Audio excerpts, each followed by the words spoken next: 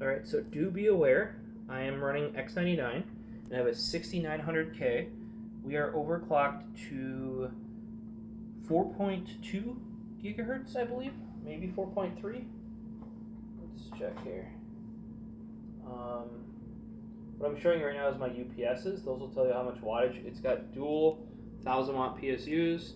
I was gonna run them redundantly originally, but while I was running that 2080 Ti, anytime I hit over 850, I was noticing weird stuff happening.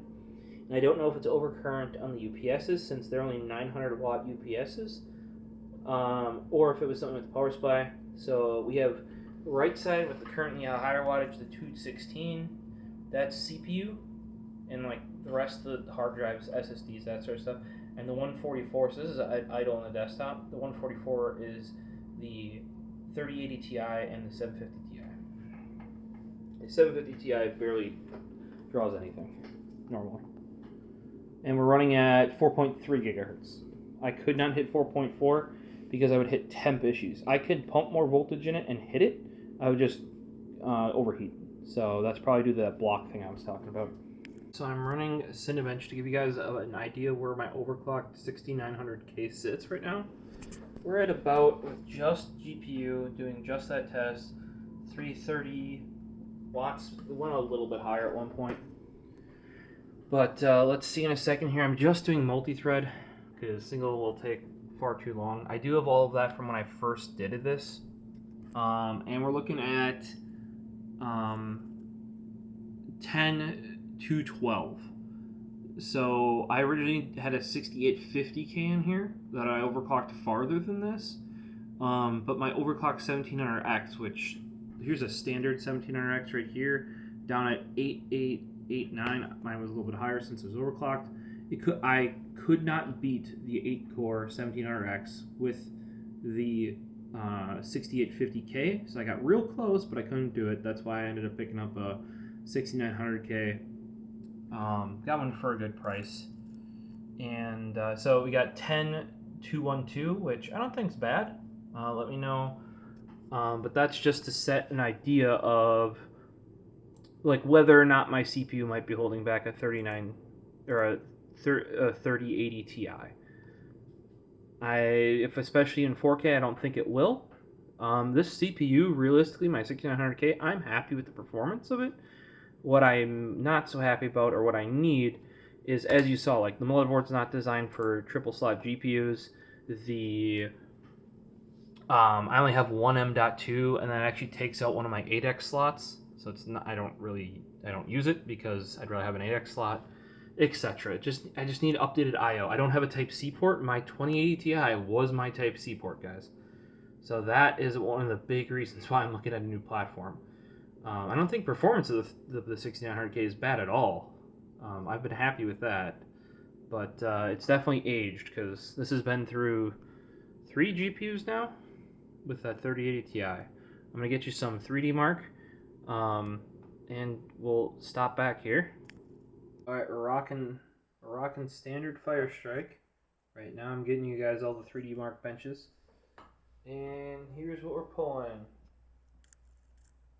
We've got 288 to 315 on the CPU and 430 to 460 watts on the GPU. So, like, theoretically, one of these 1000 watt power supplies should be able to handle this. Now, do be aware, I do have the 3080 Ti FTW3 on the OC BIOS, and the sliders are maxed out in EVGA Precision X as a power, temp, and power percentage, temperature, and voltage percentage are all maxed out. So I was not able to do the automated OC scan. I think it's because I'm on too old of a Windows. I'm still on 2004. I did successfully do that OC scan on a 1650 on 20H2. So I might need to go another version newer on Windows if I want to use that. But we'll worry about that once I get the water block on there, because I might just manually overclock it. So I'll get all the benchmarks for you guys in a bit here. Alright, so after a fresh battery, let's take a look at what scores I pulled. First up, let me load some from my 2080 Ti, I believe. Let's pop this open. Here we go. Now remember, this was a failing 2080 Ti, sadly. So we're looking at graphics of 7871 for Firestrike Ultra. So we hit load, 7871, and I saved screenshots. So Firestrike Extreme, right? Firestrike Ultra. There you go. So graphics was the 7871. We went up to 12,539. That's a fucking hefty upgrade there from a 2080 Ti, a decently overclocked one as well.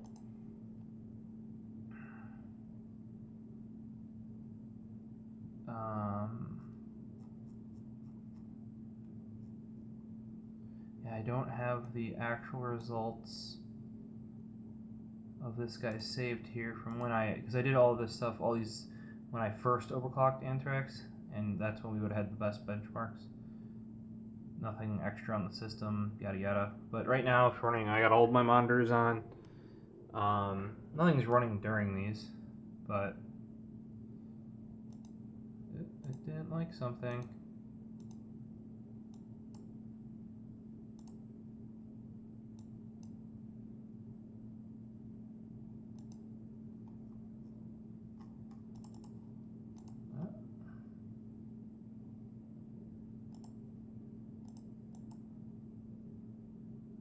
So that whatever that second autosave was, it was bad.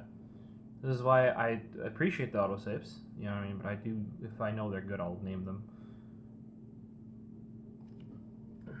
So we can, while we're waiting there for 3D Mark to load back up, let's go through here. So we got Times by Extreme, we got a graphics score of 10,183. Then we got a Time Spy, standard Time Spy, which is probably a lot of you have run since I think it's included. Then we have a 19526 Port Royale, which would be the ray tracing version. We've got 13179 Ultra, you already saw at 12539. Firestrike Extreme we got at 24100. And then graphics for standard Firestrike 44268. So we're getting pretty crazy here.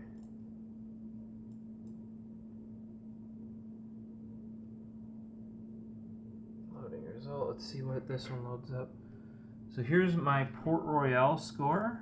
Now this was, like I said, probably, I don't know if my 2080 Ti not failed yet. I was getting some crashes in Call of Duty.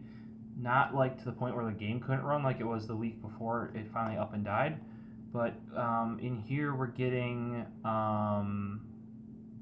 lower than average, actually. See, 7898. Average score with 2080 Ti should be 9033. And here with Port Royale, we're getting 13179. So we're getting almost double the score of a 2080 Ti. Now remember, this is a potentially partially failing at this time 2080 Ti. Let's check one more here, see what we got. Alright, and then we got a graphics score in Times by Extreme of 6081. And we got 10183. So that's not 50% more, that's like still 40% more though. Well, no, 50% more would be less than that. So it's like 60% more. Yeah, you can even see my scores low there. So, yeah. I guess I should have known that while doing that. I didn't know if it was because I had a bunch of stuff running or what's going on there. But we should have some benchmarks from Preston's 3080 that we can go over at some point as well. If you guys are interested, let us know down in the comments. Let me check one other thing, and then I can get you some uni-engine benchmarks from like the likes of Superposition, Valley, and I'll do my own special thing for Borderlands 3. Alright, so I did find my benchmarks from my 2080 Ti right after I had built it and I was going through the overclocks on it. So it looks like I maxed out at plus 1300 on the memory, and then just going off the core, it looks like I maxed out plus 160. Looks like I did try plus 160 and plus 1200. I don't think I finished with that. If I recall, it was like plus 140 and 1200 that ended up being like stable across all games. But let's look at the best case scenario here. We've got Time Spy Extreme, plus 160 and plus 1200 on the core here for a 2080 Ti. See if this loads up. So 7391, which is above average for Time Spy Extreme for a 2080 Ti. And then we're looking at, this is just graphics score by the way, guys. And then we're looking at 10183 for the 3080 Ti. See, that's about less than 30% drop off to the 2080 Ti this time. Let's try, now this is heavily overclocked, don't forget, like heavily manually overclocked. Here's my first run of Time Spy here, just standard Time Spy. Here we're looking at 15887, and then we're looking at 19526. So that's what, 25% again, roughly, I want to say. And that's an overclock, like a heavily overclocked 2080 Ti. And the last one we have here that was successful was Port Royale, it looks like.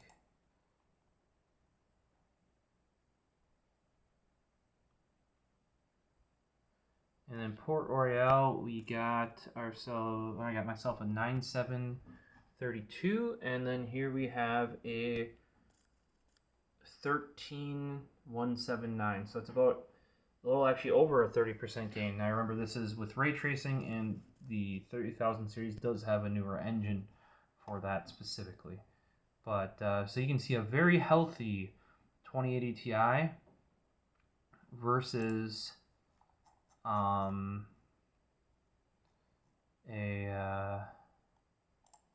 see, we got Firestrike Ultra as well. It's only a plus 1100.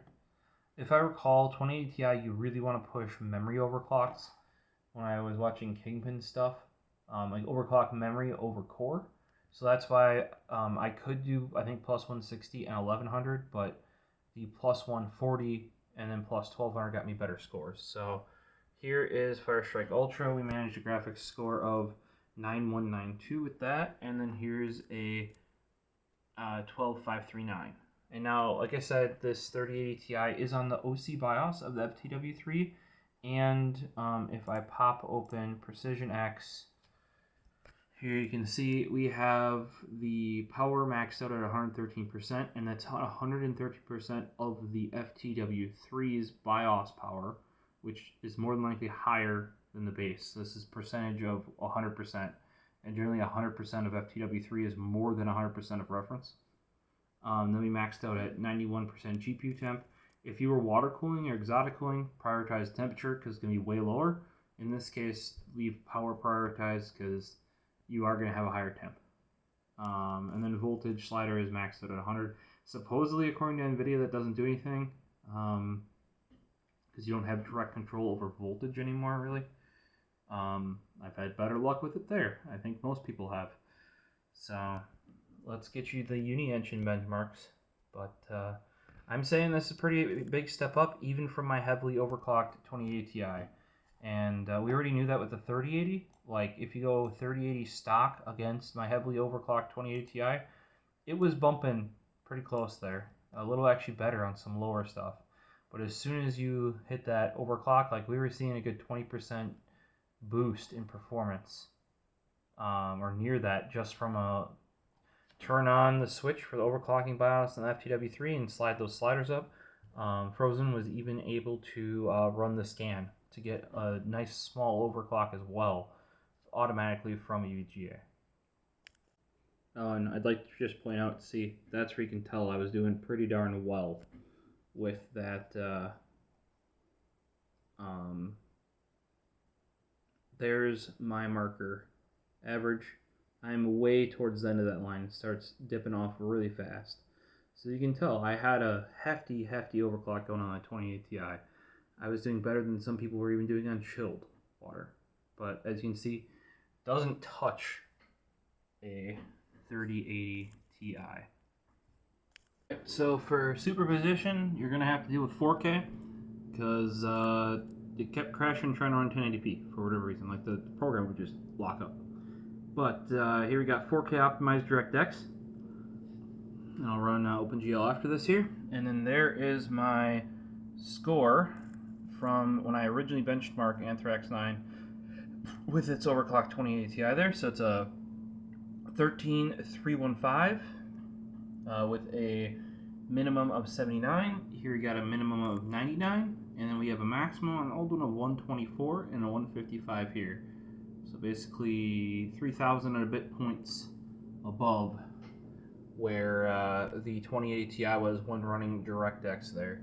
13,000 on 2080 Ti, 16,564 on the 3080 Ti. It's definitely a step up. Let's check out OpenGL.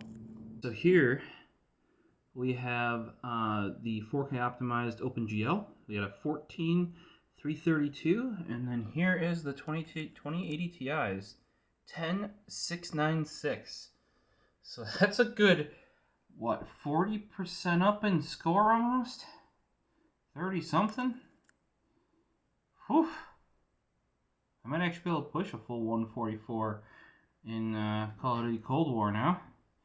Let's get you the, Valley and Heaven, just for reference. Alright, so I'm going to say something's not working right with Valley here. This is the Extreme HD setting. 135 FPS, 556, 68 score. And here's 2080 Ti. That's 165 FPS and 6942. So I'm going to say something's going on here. It does list the 750 Ti first on this one. And then it lists the 2080 Ti first here, so I'm thinking it's something with that. We're not even gonna go on to Heaven, I don't think, because of this issue. I mean, you can see if it goes again. Same issue here. But yeah, very interesting that was lower. I will say so far, I have not gone over 70-ish C, like 70. I think I might have seen 72 for a bit there. And yeah, we'll just do extreme, hit run,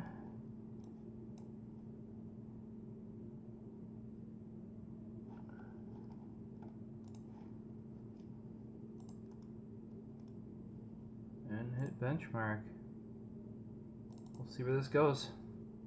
I gotta say, it's probably just because of older benchmarks. Here's Heaven. We did manage a higher score, but not much. There's 250.6 with a score of 6311 versus 2080 Ti's was 242.7 with 6113.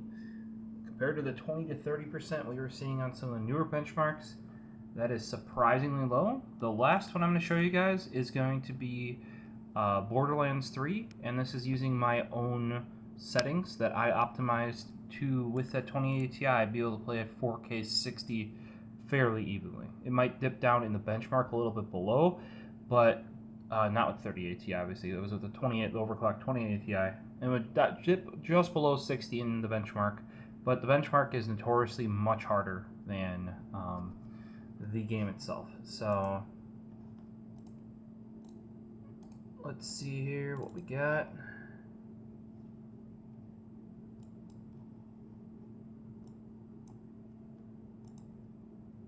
Yeah, some of these older, the Heaven and Valley seem to be not playing nice with this new 3080 Ti for whatever reason. There's Steam. Alright, we're gonna load this up. Get the bench with my settings of Borderlands 3 going. Since it's a pretty modern benchmark. I don't think they've added DLSS or anything here. This game could really benefit from it, I think.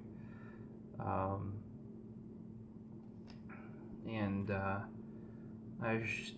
think I have screenshots. Otherwise, I can show you really quick what my settings are. I'll just scroll through it so you can match it. From my experience, this tends to knock down the some of the more advanced settings, and then make it playable with 2080 Ti at 4K 60, give or take. Because I used to only have the 60 FPS 4K panel. I gotta tell you, this 144 hertz 4K, I got one, and well, let's put it this way, I got three now. So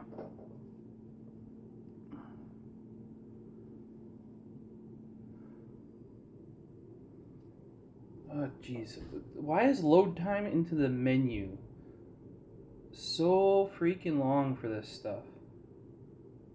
Did he crash? No, we're just hanging on loads. I can see it. Okay, so if we go visuals here, okay, so I used to run VSync. Because of 60 FPS, I would go over, and I'd rather just lock it there. We have unlimited frame rate for now. I do have a HUD scale of 0.75 because I'm pretty close to a pretty big monitor, especially then I have a 32 inch. And then we have FOV of 105. That's 4K resolution. Then we have all performance stats, DX12. You can see ultra overall quality, no AA, failure effects on, no motion blur, kill all that. Texture scanning ultra, anti-shock filtering 6.6. So this is like mostly ultra. If I recall, foliage is what really kills you. And then volumetric fog I have down to medium. It has a 54.13. I think that might be with a 1080. I can tell you, here's my best bench with the 2080 Ti, and that was with a slightly family one. Towards the end, you can see 2021-37.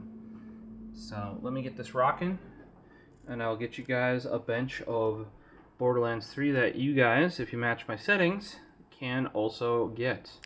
Let's see if we can get this for you guys. We're peaking at 486 watts on GPUs. Now remember, there's a 750 Ti in there as well, but that's only like a 35 watt card. So here's why with a 3080 Ti, especially if you got an overclocked CPU, you might want to make sure you got yourself a 1000 watt power supply. I've got two. I got a bunch of other hardware in there as well though. So 850 watt is probably what I'd recommend for a 3080. Remember, 3080 Ti is built on a 3090. I'd probably go 1000 watt minimum, and finding anything above a 850 watt right now due to tariffs and shortages and especially coin mining is a toughie. Alright, so uncapped in the menu, this thing's really pushing it. 135 FPS, and we're just sitting here pulling 468 watts on the GPU there. I think I saw Borderlands 3 in the benchmark running about mid-80s most of the time, average I would say. But if we go over to benchmark here, there we go. That is a 94.95. So let's see here. Let's do some math here. 94.95 minus 70.07 equals, so that's 24 FPS gained, right? And then 24 divided by 70.07 is, that's a 35% increase in FPS. Holy bleep bleep. So over a heavily overclocked 2080 Ti, this is just a 3080 Ti FTW3 in OC mode with all the sliders pushed. I didn't run the scan OC or do a manual overclock yet, but that's some pretty good numbers. Once we get a water block on it, and especially once I get Zen 3 Threadripper, once that exists, I might do some benchmark stock versus overclocked. But for me, that's a 30%. We're seeing somewhere 25 to 35% increase over a 2080 Ti. And being that my 2080 Ti is broken, I'm a happy lad. So, oop, game crashed. Oh no, I can't press the thingy that crashed the game. There, okay, that's fine. Crash the game. But yeah, if you guys want to hit me up in the comments with what your scores are on some of this stuff and what your benchmarks are, and what do you think of my numbers versus some of the other ones you've seen. Now, I only ran one run of anything because this is not the final form of my system. Not at all, but I wanted to get you guys some numbers from like real world benchmark numbers from a real system, not running the latest Ryzen, not running the latest Intel. Like we got a overclocked 6900K. So this is a 4.3 gigahertz overclock all core. And you guys saw the Cinebench score in the beginning, a bit over 10K. And this is what a 3080 Ti performs on there. So comment down below if you think you guys think I'm holding it back. Like, is that 6900K holding it back? Like I said, I am mostly happy with the performance there. I'm being held back by the platform. I don't have enough slots and like USB-Cs and stuff like that. NVMe's. This is when all that stuff was first starting to come out on that Sabertooth, and Asus did some dumb decisions because with Sabertooth boards they always have to at least have one really, really stupid decision. So now I'm going to update Warzone and Black Ops Cold War here, and I'm going to try a couple rounds because I haven't probably played in like 2-3 weeks any Cold War because of the, like, technically I could have tried with that 1080, but like it really wasn't compatible with my monitors here. So while my pizza's cooling down, maybe I'll get a round in. We'll try out this new Razer Orochi V2 that you'll probably see a video on at some point. And this is also Razer's newest hard pad, and it's actually a decent size. It's instead of the normal 10 by 12, it is 12 by 14. So so far it's too slippy. It's got a rubber back, but it still slides around a whole bunch, which I don't appreciate. But hopefully we'll see in the next one. Let me know what you guys thought about my 3080 videos, and I appreciate you checking them out. Hopefully the real world benchmarks / performance / make sure you got that driver installed before you pop the card in, or make sure you have integrated graphics enabled or a secondary GPU in your system, because if you don't have that 3080 Ti driver, from my experience, as soon as you hit Windows, you got no video out. So hopefully that's of some help. Also, like I said, it's always nice to have 1080p, preferably HDMI, can be DisplayPort. This one will do DisplayPort as well, to troubleshoot your system. Also, make sure you're testing with known good cables. If you don't have known good cables, hit me up over on Twitter at the Prophecist. I can link you some. Club 3D is what I've had the best luck with, and Wendell from Tech Syndicate as well. He's what recommended those in DisplayPort form, and I used their HDMIs for quite some time, as they were the only ultra high speed HDMI certified, especially over 6 feet. But besides Belkin, they were the only for years. So there's something there really is, and they're really just a cable, but they're certified. That's the important thing. You'd be surprised what that can cause. And yeah, hopefully you guys enjoyed the 3080 Ti. I'm really appreciative because I had a broken 2080 Ti, and we're still going to get that fixed. Like I said, it might find a new home in Squeers' build. Hopefully. I'm hoping he'll pick it up, but he doesn't know if he wants to spend the money. So, we'll see you in the next one. Peace.